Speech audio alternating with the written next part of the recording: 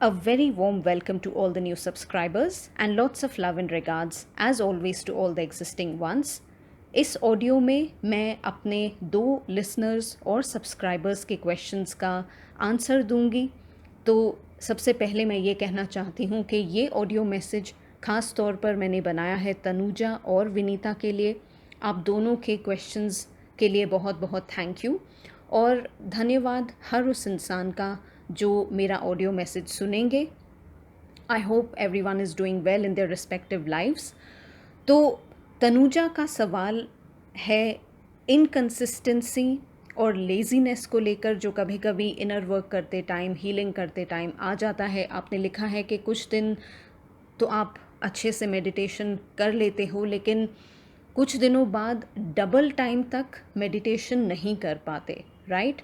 और विनीता, आपने लिखा था कि मैं इनर चाइल्ड के ऊपर एक वीडियो बनाऊं, क्योंकि एक बार में इनर चाइल्ड हीलिंग नहीं होती।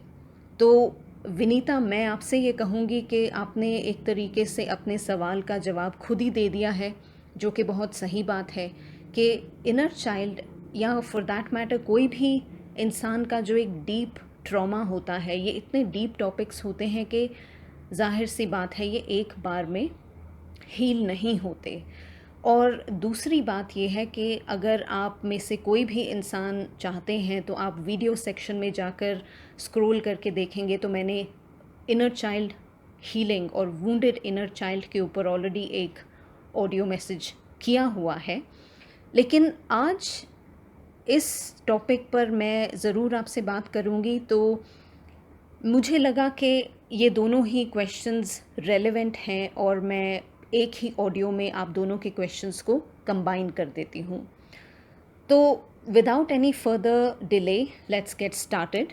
और मैं एक चीज़ ज़रूर कहना चाहूँगी कि अभी तक सारे इंडिया में रहने वाले क्लाइंट्स के लिए मैं डिस्काउंटेड रीडिंग्स कर रही थी। पिछले 1 साल से सभी रीडिंग्स पे ऑलमोस्ट 50% डिस्काउंट था, लेकिन अब डिस्काउंट डिसकंटिन्यू हो चुका है। तो anyone interested for a personal reading, please refer to my website each section, और उस पे जो इंस्ट्रक्शंस मेंशन हैं आप उससे स्ट्रिक्टली फॉलो कीजिए, क्योंकि मुझे बहुत बेयर मिनिमम इन्फॉर्मेशन चाहिए होती है और जितना पूछा जाए बस उतना ही सबमिट कीजिए। मैंने एक नई रीडिंग इंट्रोड्यूस की है, विल दे रीच आउट। और इसका मतलब ये नहीं है कि ये कोई टाइम पास टाइप का रीच आउट है कि किसी ने आपसे बस फ्लर्ट करने के लिए कनेक्ट किया और फिर वो फिर से गायब हो गए। इस रीडिंग को ऑफ़र करने का इंटेंशन ये है कि अगर आप चाहते हैं कि आपके पर्सन की कोई जेन्युइन इंटेंशन है कि वो आपको एक स्टेबल कमिटमेंट ऑफ़र करें, तो वो चीज़ वो कर पाएंगे या नहीं, और अगर हाँ तो कब।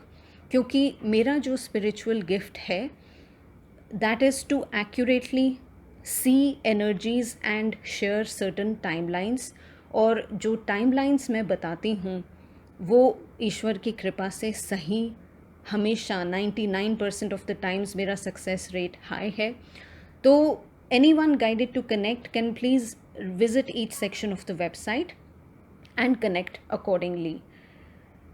अब आते हैं हम तनुजा के क्वेश्चन पे। पहले, इनकंसिस्टेंसी इन इनर वर्क और डबल टाइम आप मेडिटेशन क्यों नहीं कर पाए। तो सबसे पहले तनुजा, मेरा आपसे ये सवाल है कि आपको इतनी जल्दी किस बात की है? डबल टाइम आपको मेडिटेशन क्यों करनी है? वो इसलिए क्योंकि अगर आपने सही तरीके से 5 मिनट भी मेडिटेशन कर लिया तो वो ज़्यादा सक्सेसफुल है रादर दैन कि आप इतना रश और इम्पेशंस के साथ कोई गाड़ी ना छूट जाए ऐसी वाली एनर्जी के साथ मेडिटेशन करें। और ये मैं इसलिए कह रही हूँ क्योंकि तनुजा, यू मस्ट अंडरस्टैंड कि जो हीलिंग और इनर वर्क होता है वो कभी भी एक स्ट्रेट लाइन की तरह नहीं होता कि बस एक सीधी लाइन खींची और वो ख़त्म हो गई। हीलिंग और इनर वर्क किसी 9 to 5 जॉब या किसी रोबोटिक मशीन की तरह एक काम करना नहीं है कि हर रोज़ एक फ़िक्स टाइम पे एक ही तरीके से बस ज़बरदस्ती कुछ करना है। क्योंकि डीप हीलिंग और इनर वर्क का मतलब है हर वो चीज़ करना जो हमने पहले कभी नहीं ट्राई की।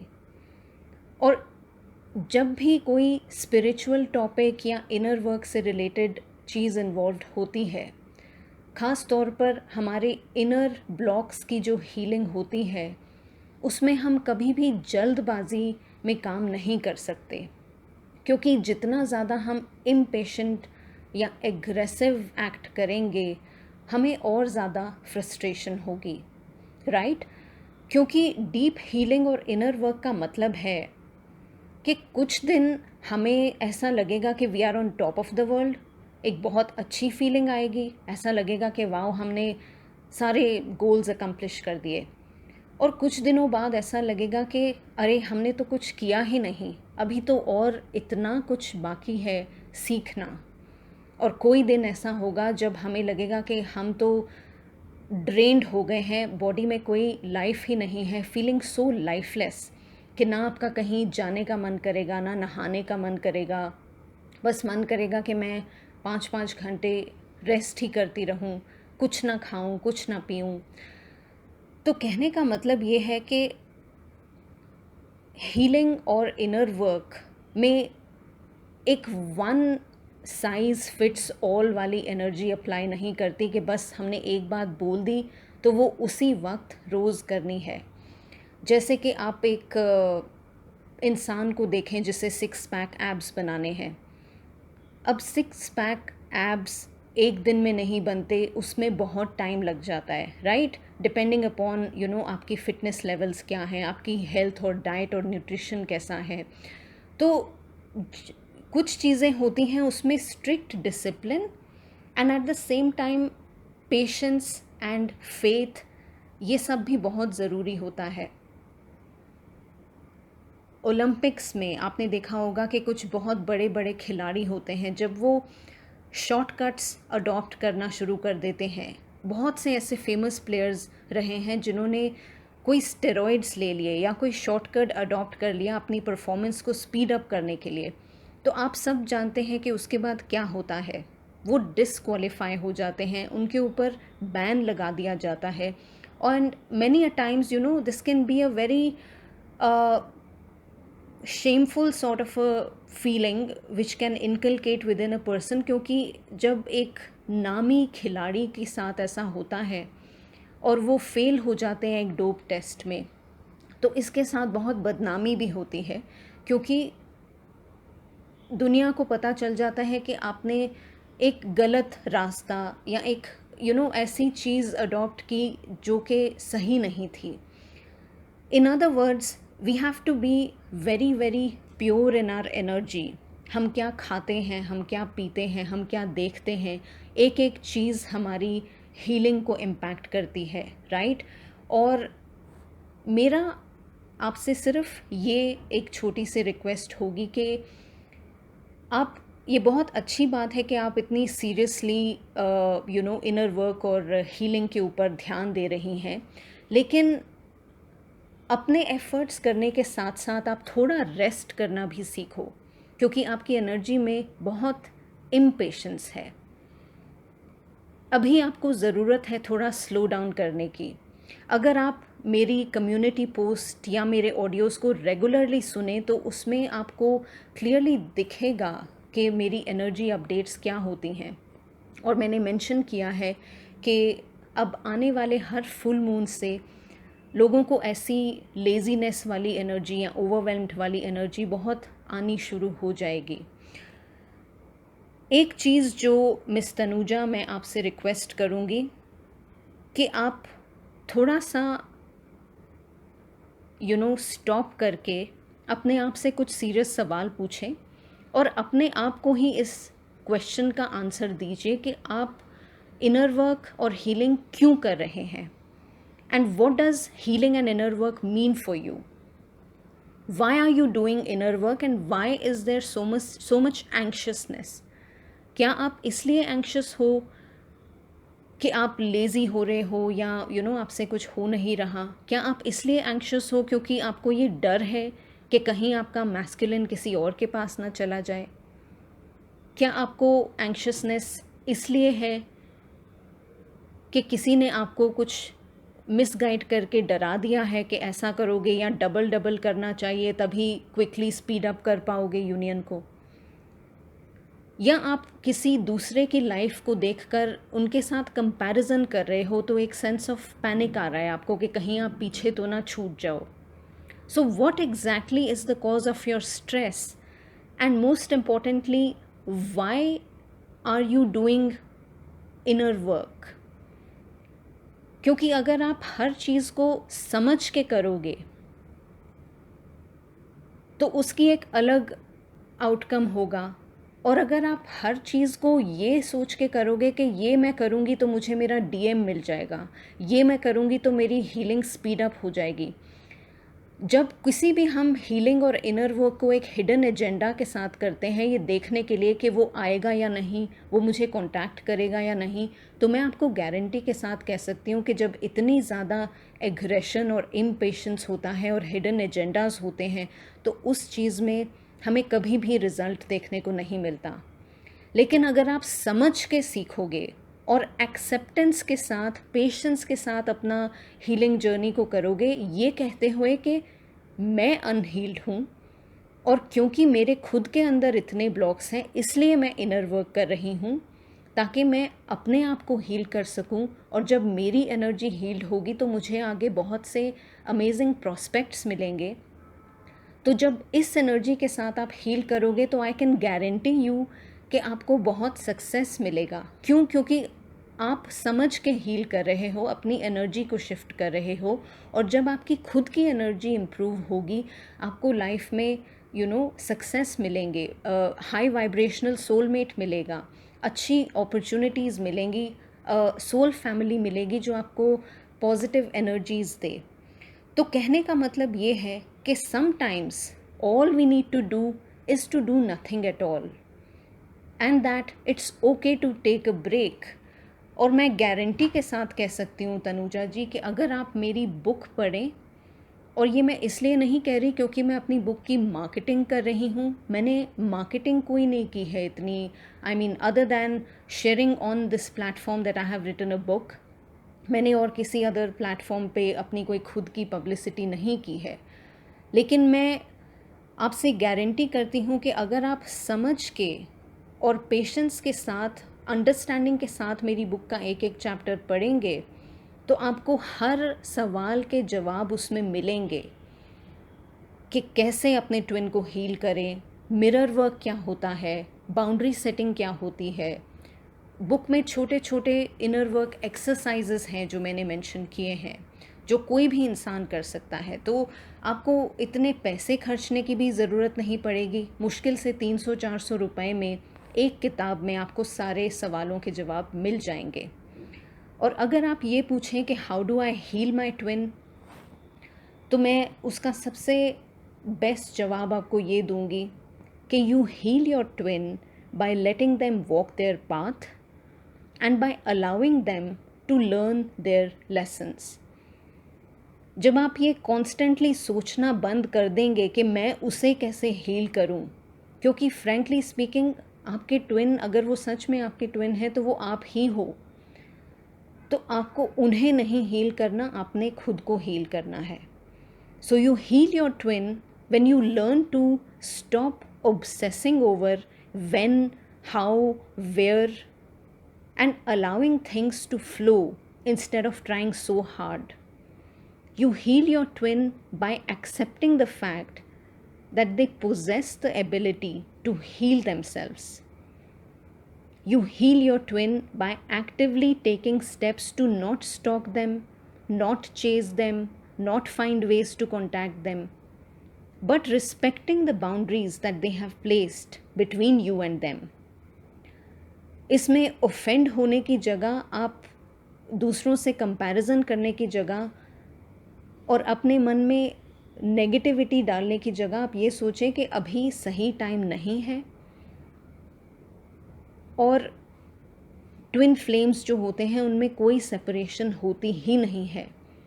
फिज़िकली दो लोग बेशक अलग हों, लेकिन एट द सोल लेवल आप हमेशा एक ही हैं. So you heal your twin by acknowledging the fact that they heal when you heal. It's never one person who is at fault while the other person is a god or a goddess. आप दोनों एक ही energy हैं. Masculine अपने तरीके की healing करते हैं, feminine की अलग हीलिंग होती है. इन रियलिटी दोनों ही भाग रहे होते हैं. मैस्कुलिन भाग रहे होते हैं डीप लव से, और फेमिनिन भाग रही होती हैं अपने खुद की हीलिंग से, अपने खुद के अबैंडनमेंट वूंड से. तो जब आप समझदारी के साथ अपने आप को हील करना शुरू करते हैं विदाउट बॉदरिंग के ये उन्हें कैसे इम्पैक्ट होगी या वो कब उन पे हीलिंग दिखनी शुरू हो जाएगी, ट्रस्ट मी गाइस, जब आप जेन्युइनली हील करते हैं अपने लिए और समझदारी के साथ, तो आपको धीरे धीरे सारे, ना तो एंक्शसनेस रहती है, ना कोई डाउट रहता है. So I hope miss Tanuja my answer made sense to you. और विनीता जी, मैं आपसे यही कहूँगी कि जहाँ तक इनर चाइल्ड हीलिंग का सवाल है, मैं फ़ोन कंसल्टेशन प्रोवाइड करती हूँ इंडिया में रहने वाले लोगों के लिए, लेकिन ये इतना डीप टॉपिक है कि अगर इस पे मैं 100 वीडियोस भी करूँ तो वो भी कम होंगे. तो आपने खुद ही अपने क्वेश्चन का सवाल दे दिया, सवाल का जवाब दे दिया. लेकिन जो एक बात मैं ज़रूर कहना चाहूँगी when it comes to inner child healing और any kind of healing is कि आपको बहुत से वीडियोस मिल जाएंगे कि इनर चाइल्ड हीलिंग कैसे करो. लेकिन एक बात जो मैं आपसे अपने लेवल पे करना चाहती हूँ वो ये है कि जब तक एक इंसान के अंदर विक्टिम मेंटालिटी है वो कभी भी हील नहीं कर पाएगा. जब तक एक इंसान अपने दर्द से बाहर नहीं आना चाहता, कोई भी उसे हील नहीं कर पाएगा. इस ऑडियो में मैं आपके साथ 2 बातें शेयर करूंगी, और अगर मैसेज लॉन्ग हो जाए तो मुझे क्षमा कीजिएगा, बट ये बहुत ही दोनों इम्पोर्टेंट क्वेश्चंस थे, तो इसलिए इनके सवालों के जवाब भी थोड़े से अगर लंबे हो जाएं तो प्लीज़ काइंडली एक्सक्यूज़ मी. पहले हम देखेंगे कि कौन से वो साइंस हैं जो हमें बताते हैं कि आपके इनर चाइल्ड वुंड्स हैं. जो इनर चाइल्ड वुंड्स होते हैं वो ज़्यादातर किसी ट्रॉमेटिक इवेंट की वजह से, किसी फिज़िकल और मेंटल अब्यूज़ की वजह से, या आपके पेरेंट्स इमोशनली अनअवेलेबल थे, आपके सर पे प्यार से हाथ रखने वाला कोई नहीं था, या आप हमेशा लेफ़्ट आउट फील किए. ये कुछ फैक्टर्स होते हैं जो इनर चाइल्ड वुंड्स क्रिएट कर देते हैं. और जब एडल्ट्स होते हैं तो कुछ साइंस होते हैं कि आपके अंदर इनर चाइल्ड वुंड्स हैं. तो वो किस टाइप के साइंस होते हैं? कुछ लोग बहुत ही एंग्री और रिएक्टिव हो जाते हैं, उनके बहुत मूड स्विंग्स होते हैं. या फिर जो लोगों के इनर चाइल्ड वुंड्स होते हैं वो अपने आप को हद से ज़्यादा इंडिपेंडेंट बना लेते हैं कि ओ मुझे तो किसी की ज़रूरत नहीं, I don't need any one, I am enough. And एक बहुत ही नेगेटिव पर्सपेक्टिव हो जाना कि या तो बहुत ही इमोशनली अटैच हो जाना, कोडिपेंडेंसी हो जाना, या ओवरली इंडिपेंडेंट हो जाना इस हद तक कि आपको किसी की ज़रूरत नहीं है और आप ही आप हो. कुछ लोगों के बहुत ही डिस्ट्रक्टिव कोपिंग बिहेवियर्स हो जाते हैं और एक पुअर इमोशनल और मेंटल हेल्थ हो जाती है, जिस वजह से क्या होता है कि लैक ऑफ मोटिवेशन होना, सेक्स एडिक्शन होना, स्लीप पैटर्न्स में डिफ़िकल्टी आना, किसी का वेट गेन हो जाता है, किसी का वेट बहुत लूज़ हो जाता है, प्रोडक्टिविटी नाम की चीज़ नहीं रहती, आपकी कंसंट्रेशन लेवल्स इम्पैक्ट हो जाते हैं, आप हर वक्त अपने आप से नेगेटिव सेल्फ टॉक कर रहे होते हैं, आपका कॉन्फिडेंस लेवल बहुत लो हो जाता है. एंड सबसे बड़ी बात यह है कि आपके रिलेशनशिप पैटर्न्स में एक रिपीट टाइप की चीज़ होने लगती है कि हर रिलेशनशिप फेल्ड रिलेशनशिप बन जाता है. या तो आप बहुत ही अवॉइडेंट बन जाते हैं कि inability to speak up, inability to set boundaries for yourself, और पुअर बाउंड्रीज़ होने की वजह से लोग आपका नाजायज़ फ़ायदा उठाने लग जाते हैं. उन्हें आपकी वीकनेस का पता लग जाता है तो वो आपकी वीकनेस को एक्सप्लॉइट करने लग जाते हैं. या फिर आप खुद ही ऐसे जानबूझकर रिश्ते ढूंढते हैं जिसमें कि आपको इमोशनली अनअवेलेबल लोग मिलें, बस वो एक टाइम पास हो, एक क्विक फिक्स हो, सेक्सुअल प्लेजर हो, लेकिन बस इससे ज़्यादा और कुछ नहीं आपको मिलता। तो एक शॉर्टकट्स, शॉर्ट टर्म प्लेजर ढूंढने की आदत पड़ जाती है। Having a false belief, sometimes कुछ लोगों का ये फॉल्स बिलीफ बन जाता है कि बस सभी लोगों में प्रॉब्लम है, लेकिन आपके अंदर की जो प्रॉब्लम है वो आपको या तो दिखाई नहीं देती या आप देखना नहीं चाहते। पीपल प्लीजिंग बिहेवियर्स हो जाते हैं, फियर ऑफ अबैंडनमेंट हो जाता है कि कोई आपको अबैंडन ना कर दे, तो इसलिए आप उनकी नाजायज़ बातें भी टॉलरेट करेंगे। इसके अलावा कुछ साइंस होते हैं विक्टिम मेंटालिटी के, और गाइस जब तक आप ये ठान नहीं लेते कि बस मेरा पास्ट में जो था, मेरे पास्ट में जो हुआ वो अब हो गया है, it's a thing of the past, अब मैं अपने आप को हील करना चाहती हूँ, आगे बढ़ना चाहती हूँ, जब तक आपकी ये एक मेंटालिटी नहीं होगी और आप इस चीज़ से आगे नहीं बढ़ेंगे, आपकी हीलिंग में बहुत तकलीफ़ें आएंगी। So what are the 11 signs of victim mentality? Over sharing is the biggest sign of victim mentality. कि मतलब या तो आप बात ही ना करें, लेकिन अगर किसी ने आपको फ़ोन कर लिया या अगर कोई आपको मिल गया, तो बस आप अपने ही, बिना ये सोचे कि ये एक इंसान बिज़ी हो सकता है, इसकी कोई अपनी लाइफ हो सकती है, आप एक टेप रिकॉर्डर की तरह बजना शुरू हो जाते हैं और आप घंटों बोल सकते हैं without having any respect for someone else's time और बाउंड्रीज़।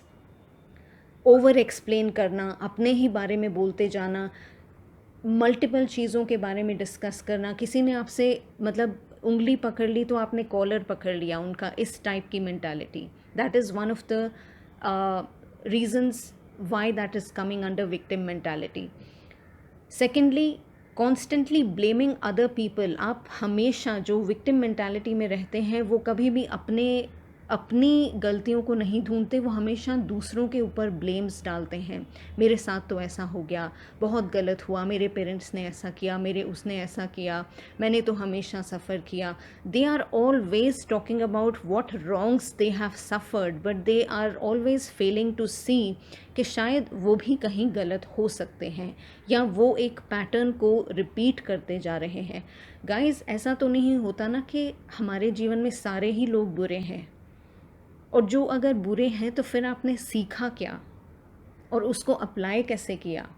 विक्टिम मेंटालिटी में वो एक फ़िलॉसफी आ जाती है that life is against me, सभी लोग मेरे नहीं हैं, बस मैं ही सब कुछ हूँ, मैंने ही सब कुछ सफ़र किया, बस बाकी सब मेरे अगेंस्ट हैं।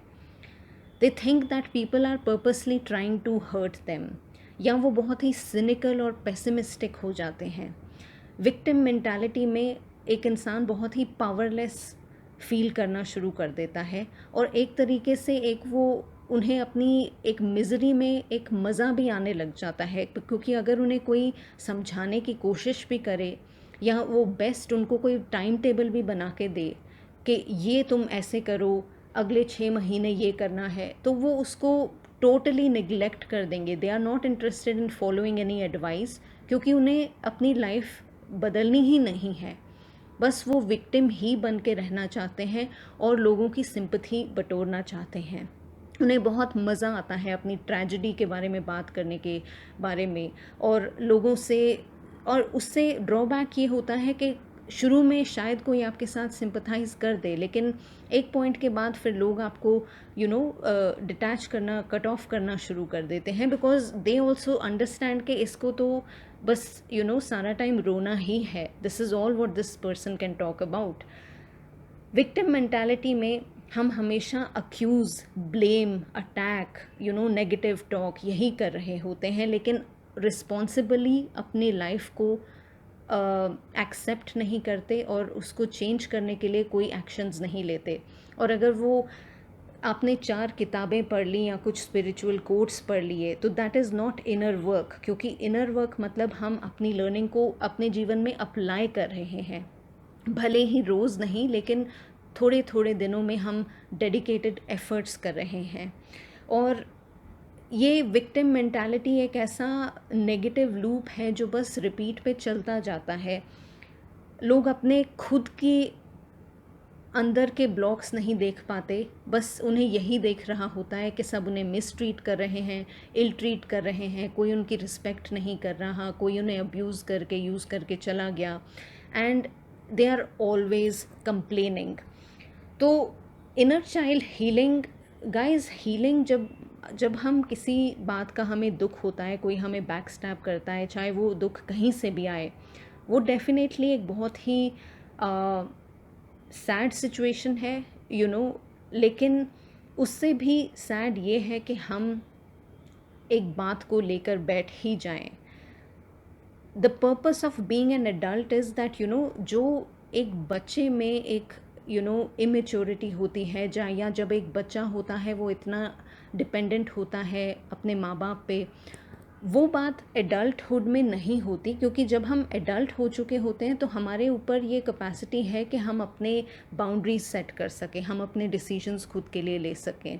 और वो decision making capacity, boundary setting और हीलिंग तब तक नहीं सक्सेसफुल होगी जब तक आप इस विक्टिमहुड के लूप से बाहर ना निकले। तो मेरी रिक्वेस्ट ये है कि जैसा कि मैंने तनुजा से भी कहा कि हीलिंग किसी भी तरीके की हो, उसमें आप ना तो रश कर सकते हैं, लेकिन एक्सेप्टेंस के साथ, dedicatedly, with every passing day आप अपने फोकस को ध्यान से रखें। जैसे कि एक अर्जुन का फोकस होता है कि उसे बस अपनी मछली की आँख दिख रही थी। एंड कहने का मतलब ये है कि we are so determined that no matter what happened in my life, now I will not let my misery dictate my future, right? तो जब भी आप डिसाइड करें कि मुझे इनर चाइल्ड हीलिंग करनी है, या मुझे इनर वर्क करना है, या मुझे किसी टीचर को कंसल्ट करना है, किसी भी टाइम पास के नज़रिए से इसे मत देखें। और जब आपके मन में 500% डिटर्मिनेशन हो कि अब चाहे जो मर्ज़ी भी हो, मैं विक्टिमहुड माइंडसेट में नहीं जाऊंगी या नहीं जाऊंगा, और अगले 6 महीने में लग के एक ही अपने हीलिंग ब्लॉक पे काम करूंगा या करूंगी, that's when you will start seeing results. लेकिन वरना आप अपने पैसे बर्बाद करेंगे, किसी का टाइम वेस्ट करेंगे, अपना भी दूसरे का भी। सो ये इन चीज़ों को आप लाइटली मत लीजिए, और सिर्फ तभी हील करना शुरू कीजिए और इनर वर्क करना शुरू कीजिए जब आपके मन से आपको आवाज़ आए कि नहीं, your life really needs to shift right now and you've had enough। तो ये मैसेज थोड़ा लंबा ज़रूर हो गया है, लेकिन आई होप कि मैं आप लोगों के जो दोनों के ही सवाल थे उसे आंसर कर पाई। And on that note I end, thank you to all those who have placed their trust in my work, and I hope you have a lovely month ahead। Any time आप लोगों के questions हों, मैं हमेशा हर किसी को reply करती हूँ कमेंट्स के ज़रिए, और मैं डेफिनेटली कहूँगी कि अगर हो सके तो आप मेरी किताब ज़रूर पढ़ें, बिकॉज़ उसमें ऐसे बहुत से टॉपिक हैं जो कोई भी इंसान पढ़ सकता है, नॉट जस्ट ट्विन फ्लेम्स, और यही मेरी बुक की खासियत है। तो I hope you all have a great day ahead, and on that note, lots of love, take care guys,